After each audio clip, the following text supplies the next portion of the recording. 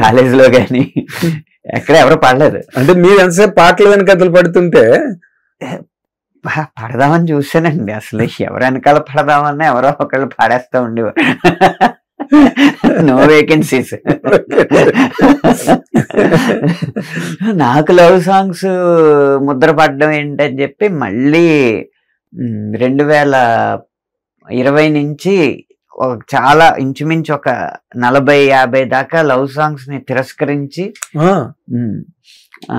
సర్కారు వారి పాట, అఖండ లాంటి సినిమాల్లో మళ్ళీ మమం మహేష, యా జై బాలయ్య లాంటి, తర్వాత దిగు దిగు నాగా ఇలాంటి పాటలన్నీ మళ్ళీ మాస్ పాటల ద్వారా మళ్ళీ ముందుకొచ్చి ఇప్పుడు నా కెరీర్ ఇంకా అలా అటు ఇటు పోకుండా అలా నిలబడి స్ట్రైట్ గా వెళ్తుంది అన్నమాట. స్థిరంగా నిలబడింది.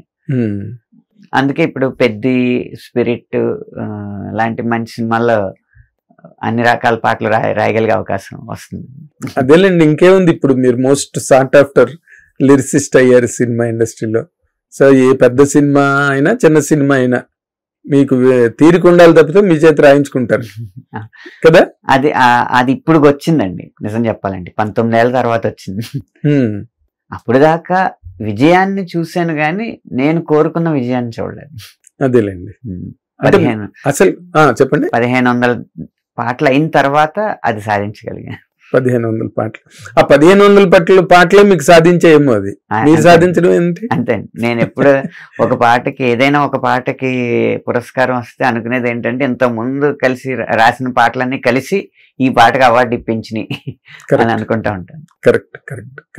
అంటే ఇప్పుడు మనకి పూర్వం ఒక్కొక్క సాంగ్ ఒక్కొక్క రాయడానికి, అంటే ప్రేమ పాటలు అంటే నారాయణ రెడ్డి గారు, విప్లవ గీతాలు అయితే శ్రీశ్రీ గారు, వీణ పాటలు అయితే దాశరథి గారు, కామెడీ పాటలు అయితే ఆరుద్ర గారు, ఇలాంటి ఇదేదో జానపద శైలి అయితే కొసరాజు గారు, ప్రకృతి మీద పాటలు అయితే దేవులపల్లి గారు, ఇలాంటివేవో ఒక బైఫర్కేషన్ ఉండేది. ఇప్పుడు ఆ బైఫర్కేషన్ అన్నది ఎక్కడ అసలు పూర్తిగా మృగ్యం అయిపోయింది. అది వేటూరు గారు వచ్చిన తర్వాత జరిగిన మార్పు అండి. అది వేటూరు గారిది పరిధి తెలుసు కదా మీకు. అవును.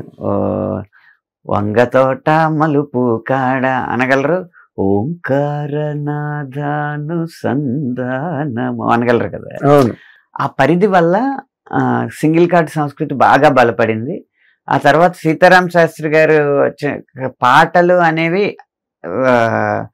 ఏదో ఆట విడుపు కాకుండా సినిమాకి వెన్నుపాములు వెన్నుపూసల్లాగా, ముఖ్యమైన వెన్నుపూసల్లాగా, ఏదో L1 L2 అంటారు చూడండి, అలా వచ్చి కూర్చోవాలి అని ఒక నియమం పెట్టుకుని సినిమాని పట్టుంచే పాటలు రాయడం ఎప్పుడైతే మొదలు పెట్టారో దర్శకులకి అప్పటి నుంచి ఆసక్తి మొదలైంది.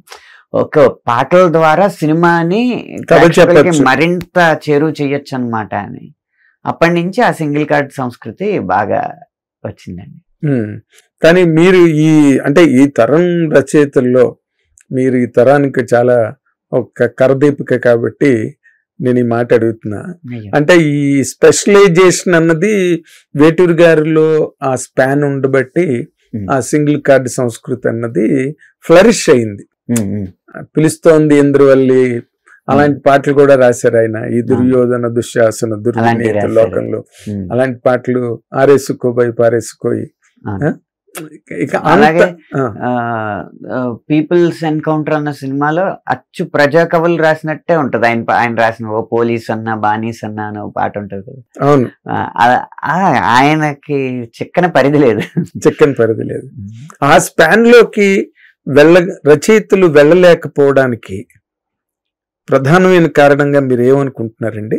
అంటే దర్శకులు మీరు నా సమాధానం మీరు చెప్పేశారు. ఇప్పుడు దర్శకులకున్న పరిమితిని బట్టి, పరిధిని బట్టి రచయిత నుంచి వచ్చిన అవుట్పుట్ ని వాళ్ళు రిసీవ్ చేసుకోగలరు. ఇప్పుడు విశ్వనాథ్ గారు ఉన్నారు, శారద వీణ రాగ చంద్రిక పులకిత శారద రాత్రము అని ఆయన వేటూరు గారు రాస్తే, ఆయనకి శారద వీణ అక్కడ సరస్వతీ దేవి వీణ అనే చందమామ నుంచి వచ్చిన రాగ చంద్రికలు, రాగాలు అనే వెన్నెలలతో ప్రకాశించిన శారద రాత్రము, శరతృతువులో రాత్రి అని విశ్వనాథ్ గారు కూడా అర్థం చేసుకోగలిగారు. కాబట్టి ఆ పరిధి ఇంకా ఎక్కువ సాగి ఆ నేల నుంచి అంతరిక్షం వరకు ఆ పరిధిని విస్తరించి మనకు అందించారు. ఇప్పుడు అది అర్థం చేసుకోలేని దర్శకులు పెరిగే కొద్ది పెరిగే ఇది నాకే అర్థం అవ్వట్లేదు, ఇంక జనాలకి ఏం అర్థం అవుద్ది అన్న డైలాగ్ మొదలవుతుంది అనమాట. నువ్వు ఏ శాతం జనంలో ఉన్నావు నాకు తెలియదు, జనాలకే ఎక్కువ అర్థం అవుతుంది నీకన్నా. ఆత్రేయర్ జోక్ ఉంది ఇది. డైరెక్టర్ వచ్చి ఏంటో ఆత్రేయులు రాసావు, నాకే అర్థం కావట్లేదు, జనాలకి ఏం అర్థం అంటే జనాల్ని అంత ఎదవలు కారలేదు అన్నట్టు. అదే నీకే అర్థం కాదు.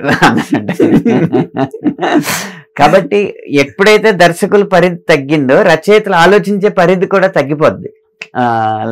అంటే అమరకోశాల వెంట, శబ్దార్థ చంద్రికల వెంట, శబ్దార్థ రత్నాకరాల వెంట పరిగెట్టి తవ్వి వెలికి తీసి ఇలాంటి పదం వేయాలి. మీకు ఒక ఉదాహరణ చెప్తా. ఓ ఆడపిల్ల నువ్వు అర్థం కావా అని ఒక పాట ఉందండి, నేను రాసిన పాట.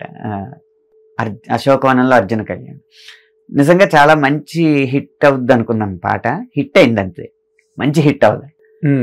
అందులో వయ్యారివా కయ్యారివా సింగారివా సింగాణివా అని ప్రయోగం చేశాను.